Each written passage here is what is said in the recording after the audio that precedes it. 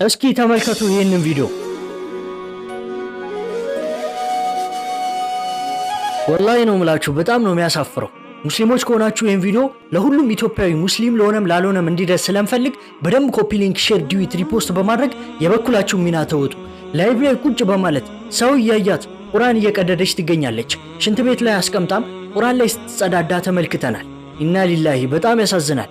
እቺ ሴት ማንነቷን የምታውቁ ሰዎች መረጃውን አካፍሉን። የሚመለከተው አካልም በዚህ ሴት ላይ ተገቢውን እርምጃ እንዲወስድ እኛ ሙስሊሞችን እንጠይቃለን። እንደዚሁም ደግሞ አንዳንድ ሙስሊም መሳይ ሰዎች መጽሐፍ ቅዱስን ሽንት ቤት ላይ በማስቀመጥ የማይሆን ነገር ሲሰሩ ተመልክተናል። እነዚህ ሰዎች እስልምናን አይወክሉም። ምክንያቱም ሙስሊሞች እስከሆኑ ድረስ ይህን ነገር የሚያደርጉ ከሆነ እነዚህ ሰዎች ሙስሊሞች አይደሉም። ምክንያቱም አላህ Subhanahu Wa Ta'ala የሌሎች እምነቶችን እንድናከብር እንደዚሁም እምነታቸውን እንዳንሳደብባቸው አስጠንቅቆናል። ስለዚህ እነዚህ ሰዎች ሙስሊም አይደሉም፣ ሙስልምናንም አይወክሉም፣ እርምጃ ሊወሰድባቸው ይገባል። ቁርአን ላይ እንደዚህ የሚያደርጉ ሰዎች አላህ Subhanahu Wa Ta'ala እንደሆነ እኔ ቁርአንን ጠብቀዋለሁ፣ በቁርአን ላይ በላን ጉዳትን የሚያደርስ ሰውን ደግሞ ራሴው እርምጃ ወስድበታለሁ ብሏል።